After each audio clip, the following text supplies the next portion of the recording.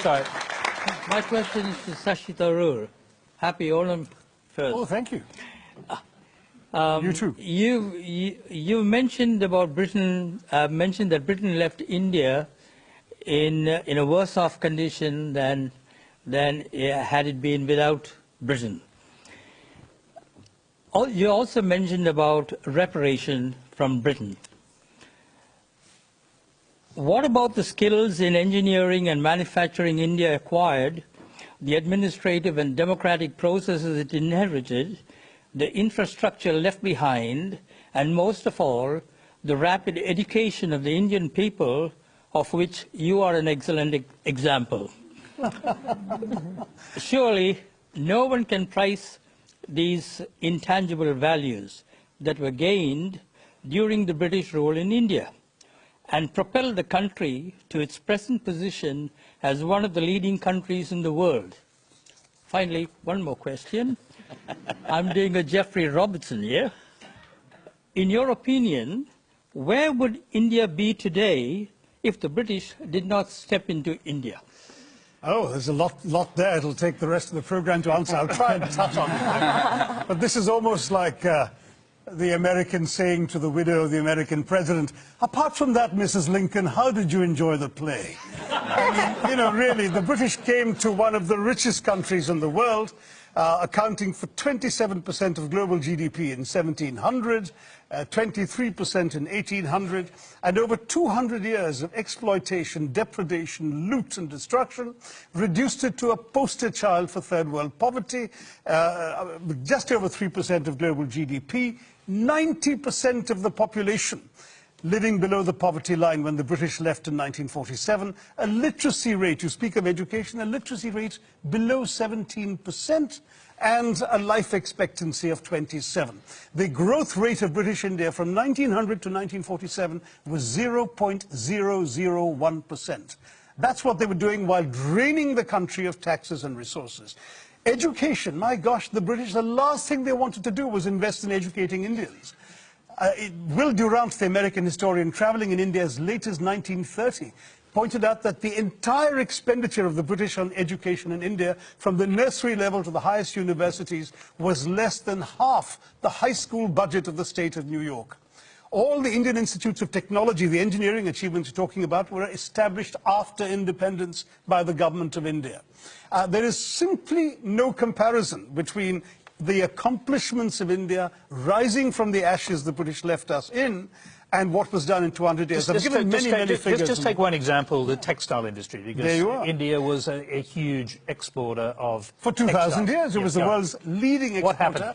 In fact, in the Roman Empire, there are debates recorded by Pliny the Elder of Roman senators complaining about the amount of the Roman Empire's gold that was being sent off to India because of the tastes of Roman women for Indian muslins, linens, and cottons. But was it just modernism, the Industrial Revolution that destroyed it, or was it something else? No, that's the excuse that apologists like to make, that, you know, oh, it's not our fault, you just missed the bus for the Industrial Revolution.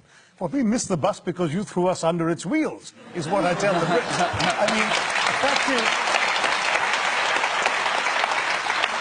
the fact is, in the name of free trade, the British came in and destroyed the free trade that had made India a leading exporter of textiles.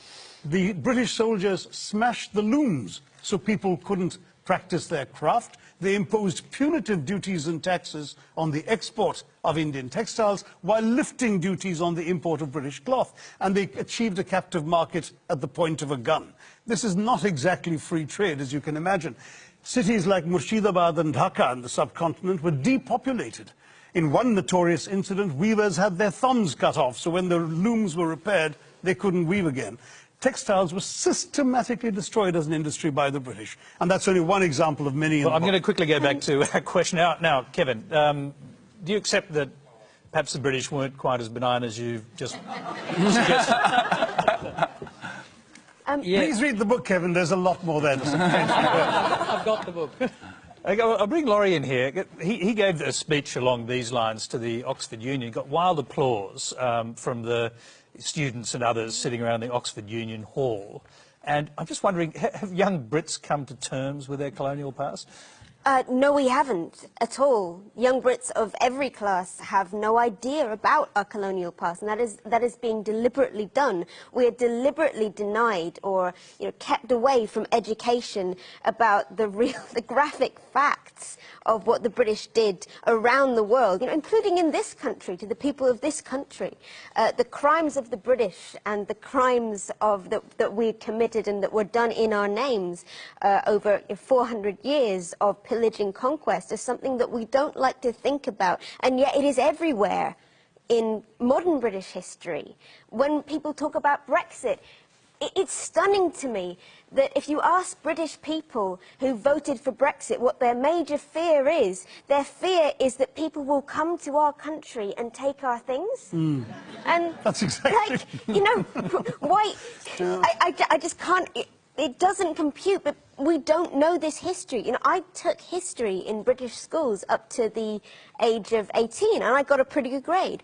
And most You never learned a line of colonial history, did you? Well, almost everything that you have just said, I learned from your book.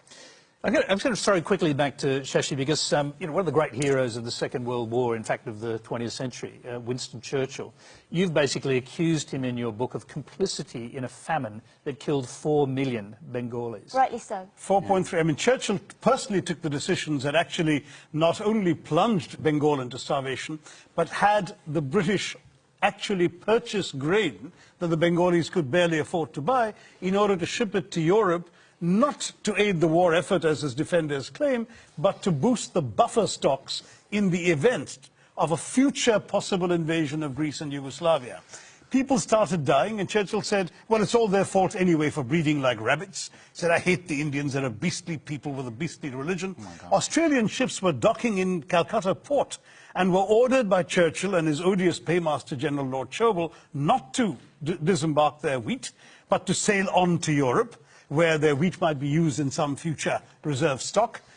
On top of that, when conscience-stricken British officials... Yes, I was going to say, did Churchill know people would die? Yes, conscience-stricken British officials are constantly sending memoranda to the Prime Minister personally, because it was his decision, saying that people were dying literally on the streets, and all Churchill could bring himself to do was write peevishly on the side of the file, why hasn't Gandhi died yet? Wow. And this is the man the British want us to hail as an apostle of freedom and democracy, when he has as much blood on his hands as some of the worst genocidal dictators of the 20th century. Well, thank you.